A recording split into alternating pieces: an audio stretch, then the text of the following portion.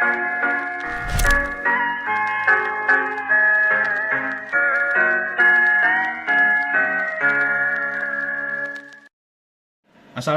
warahmatullahi wabarakatuh. Halo Bapak dan Ibu guru dan teman-teman sekalian. Selamat datang di VIME, yaitu video materi. Kenapa? Karena semua orang berhak terdidik. Nah, pada VIME kali ini, video materi kali ini saya ingin membahas memaparkan topik yang relevan dengan isu lingkungan dan pembangunan yang terjadi di Jakarta Lebih khususnya itu di daerah pesisiran yaitu pembangunan tanggul penjaringan. Nah, yang dimana proyek ini, pembangunan ini bukan hanya pembangunan secara fisik, tetapi ini mencerminkan bagaimana suatu kota besar, pemerintah ini menghadapi tantangan perubahan iklim dan penurunan permukaan tanah yang terjadi secara terus-menerus. Nah, yang dimana di sini ada 3 sektor yang dikembangkan. Yang pertama, yaitu sektor infrastruktur dan konstruksi. Yang kedua, sektor lingkungan dan pengelolaan air. Dan yang ketiga, ini ada sektor sosial dan permukiman. Nah, maka dari itu kita masuk ke slide berikutnya, yaitu tentang latar belakang. Nah, wilayah penjaringan ini di Jakarta Utara ini termasuk kawanan yang padat penduduk, yang dimana dia ini memiliki karakter geografis, berbatasan langsung dengan Teluk Jakarta, dia ini di pesisiran gitu kan. Nah, yang dimana posisi ini membuat penjaringan ini sangat rentan, sangat rawan terhadap fenomena yang namanya banjirop. Apa itu banjirop? Yaitu ketika banjir yang terjadi ketika air laut pasang terus masuk ke daratan Jadi gampangnya ini air laut yang ke daratan lah, gampangnya kayak gitu. Nah, selain banjirop tadi, ini ada masalah lain, yaitu penurunan permukaan tanah. Nah, kenapa? Karena menurut studi dari Dinas Sumber Daya Air Jakarta menurut mereka ini menyebutkan bahwa rata-rata penurunan permukaan tanah yang terjadi di penjaringan ini adalah sekitar 5 sampai 10 cm. Di beberapa titik tertentu ini malah lebih parah lagi penurunannya, bisa lebih dari 10 cm gitu kan. Nah, coba pikir aja, kombinasikan antara banjirop dengan penurunan tanah ini, buset, itu mah udah wassalam, ya kan? Jadi membuat penjaringan ini jadi tambah rentan, jadi tambah rawan terhadap terjadinya banjirop gitu kan. Ya, beberapa tahun lagi itu penjaringan udah bukan penjaringan nih, DKI udah jadi Atlantis malah, ya kan. Nah, jadi jika kondisi ini terus dibiarkan, dia ini akan bukan hanya merusak fasilitas warga, fasilitas masyarakat, ya kan, tetapi juga mengancam ekonomi yang terjadi di situ, ya kan, perekonomian yang ada di situ, kesehatan, bahkan kelangsungan hidup dari orang-orang yang tinggal di kawasan tersebut seperti itu. Nah, kemudian kita masuk ke slide yang ketiga, itu sektor pembangunan dan proyek. Nah, yang dimana sebagai salah satu strategi penanganan banjirop, pemerintah Provinsi DKI Jakarta ini melalui Dinas Sumber Daya Air telah memulai pembangunan yang namanya pembangunan tanggul penahan, namanya ini tanggul penahan rop, atau gampangnya bikin tanggul buat ngatasin banjirop gitu kan. Nah, di kawasan Muara Angke dan Pluit. Nah, yang dimana proyek ini menargetkan pembangunan tanggul sepanjang 1,4 km dengan ketinggian 2,5 meter dan menggunakan dana itu sekitar 52 miliar. Wow, fantastis sekali, ya kan? Nah, yang dimana juga proyek ini proyek pembangunan tanggul ini juga bagian dari rencana NCICD. Apa itu NCICD? NCICD ini adalah National Capital Integrated Coastal Development. Jadi secara gampangnya yaitu adalah pembangunan integrasi pesisir pantai, pembangunan integrasi pesisir pantai dalam skala nasional. Gitulah gampangnya kan. Nah, yang dimana dia ini berupaya membangun sistem perlindungan pantai terpadu di kawasan Jakarta seperti itu. Nah, yang dimana harapannya ya bahwa pembangunan tanggul ini menjadi langkah awal yang konkret untuk melindungi sekitar 120 hektar ya lahan dari ancaman banjirop dan pasang air laut seperti itu.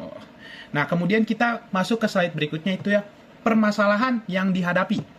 Pada slide ini ya, slide yang keempat yaitu permasalahan. Nah, yang dimana meski pembangunan tanggul ini sangat penting ya, tetapi tetap saja terdapat masalah ya, terdapat berbagai masalah dan tantangan yang perlu kita lihat, yang perlu kita cermati. Yang pertama, masih banyak bagian tanggul yang kondisinya rusak atau belum dibangun secara permanen ya kan. Padahal ancaman banjir ini terjadi setiap tahun gitu kan.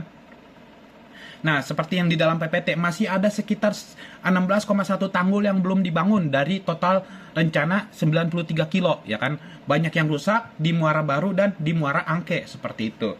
Nah, kemudian penurunan muka tanah, saya ulangi, yaitu penurunan muka tanah yang berlangsung terus-menerus, ya kan? Yang mengakibatkan pembangunan tanggul yang sudah jadi nih, yang sudah dibangun terkadang menjadi kurang tinggi ya atau tidak efektif lagi dalam beberapa tahun ke depan ya kan, seperti itu. Kenapa? Karena ya proses pembangunannya itu yang tidak cepat, sehingga yang tadinya nih udah nih apa sih, dia misalkan bangunnya 2,5 meter ya kan, 2,5 meter set baru misalkan jadi 40% ya kan, habis itu stop. Nah, habis itu dia mau lanjutin lagi nih, oh ternyata yang ini nih kan semakin lama semakin turun ya. Misalkan dari titik A ke titik B itu butuh 5 tahun.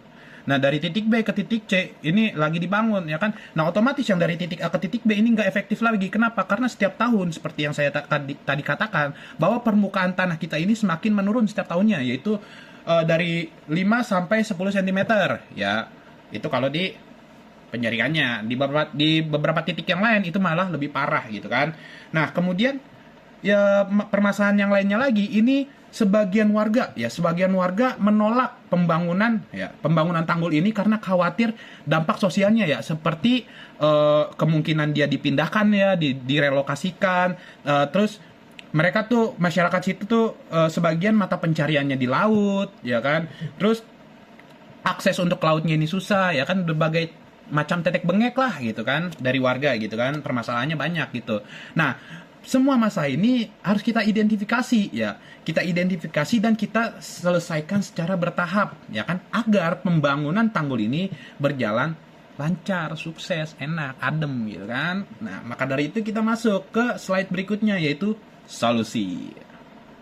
Nah, slide kelima yaitu gagasan solusi.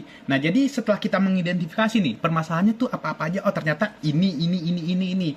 Nah, kita masuk tuh ke gagasan solusi. Nah, ini beberapa gagasan solusi yang saya pikirkan. Yang pertama, pemerintah harus melakukan sosialisasi yang intensif kepada masyarakat. Kenapa? Agar masyarakat ini tahu gunanya tanggul ini dibuat, apa gitu manfaatnya dari pembangunan tanggul ini ya kan.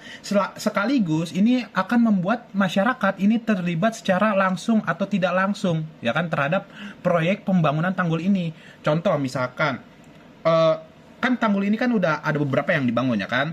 Nah, misalkan masyarakat ini juga secara tidak langsung atau langsung kan berpartisipasi aktif ya kan, berpartisipasi ya secara langsung atau tidak langsung ya kan, karena sudah disosialisasikan ya kan.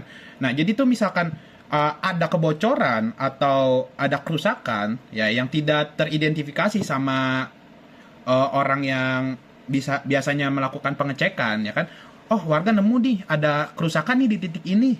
Oh, dia bisa lapor dong pemerintah. Oh, Pak, di sini ada kerusakan, Pak. Tolong dong, Pak, diperbaiki dengan secepatnya. Ya kan? Jadi pemerintah dengan masyarakat ini saling bekerja sama gitu, saling merawat. Karena apa?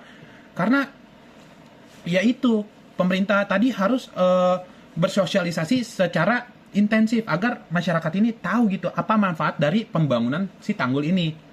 Kemudian konsep pembangunan tanggul ini sebaiknya tidak berorientasi pada pengendalian banjir saja, tetapi ada penataan ruang untuk publiknya gitu. Kayak gimana? Kayak ada tamannya lah, ada jalurnya buat jogging ya kan. Jadi bisa untuk bukan hanya pembangunan pengendalian banjir saja, tetapi diakomodasikan pemerintah ini untuk ruang publiknya.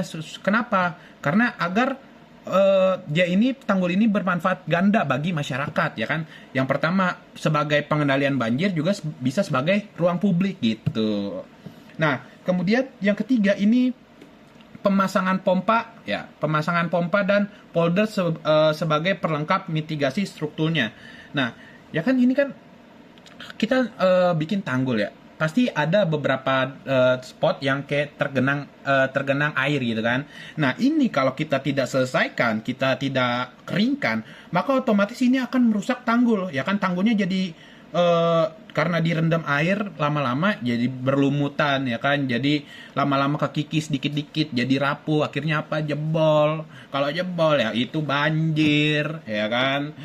Udah banjir tuh ya kan, habis itu wilayah situ. Makanya diperlukan pemasangan pompa, ya kan, dan sistem drainase yang baik gitu kan, supaya tanggul ini lama gitu bertahannya, ya kan.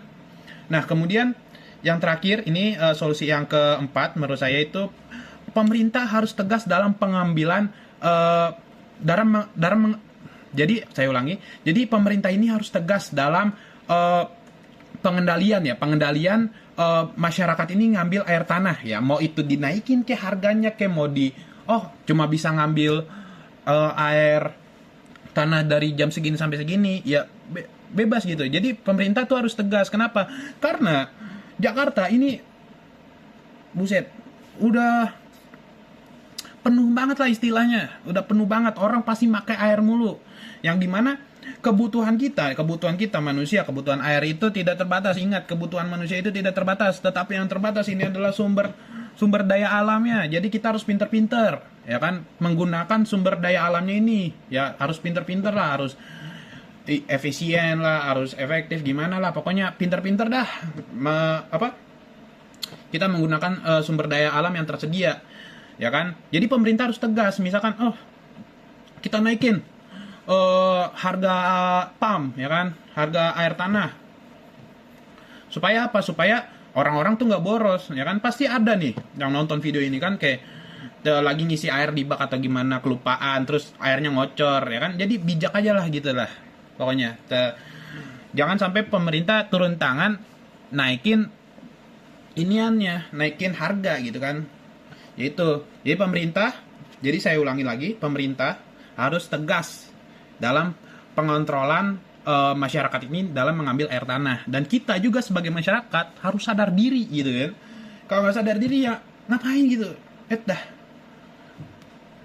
Ya gitu dah pokoknya. Kita lanjut ke slide berikutnya, yaitu ke slide kesimpulan, ya, yang dimana berdasarkan paparan tadi, apa yang saya sudah omongkan tadi, bahwa dapat kita simpulkan bahwa pembangunan tanggul di wilayah Jakarta ini adalah upaya pemerintah dalam menanggulangi fenomena banjirop, ya, fenomena banjirop dan turunnya permukaan tanah yang terjadi selama ini.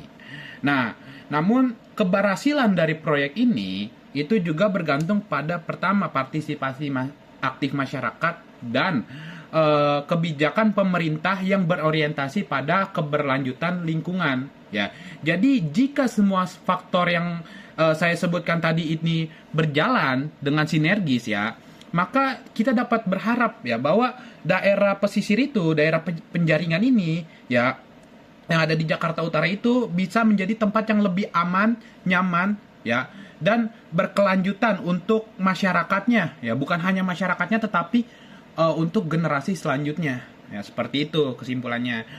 Nah, yang mana untuk closing statement saya nih, ya, untuk closing statement saya, nah, dari apa yang saya omongkan tadi, ya, dari solusi untuk mengatasi banjirop, yaitu dengan dibuat tanggul, ya, ini mungkin pembangunan tanggul ini tidak bisa menyelesaikan semua permasalahan yang terjadi di daerah situ, ya. Tapi bukan berarti bahwa pembangunan ini tidak berguna, ya. Perlu diingat bahwa nggak ideal bukan berarti kegagalan, Ya. Jadi kita ini jangan memalingkan pandangan kita ya, memalingkan muka kita dari solusi yang realistis ya, untuk memilih solusi yang utopis itu jangan. Jika seperti itu adalah sebuah kesalahan berpikir seperti itu ya. Saya tegaskan lagi, nggak ideal bukan berarti kegagalan ya, seperti itu. Mungkin cukup sekian ya pada Vime ya, video materi kali ini. Kurang lebihnya mohon maaf. Assalamualaikum warahmatullahi wabarakatuh.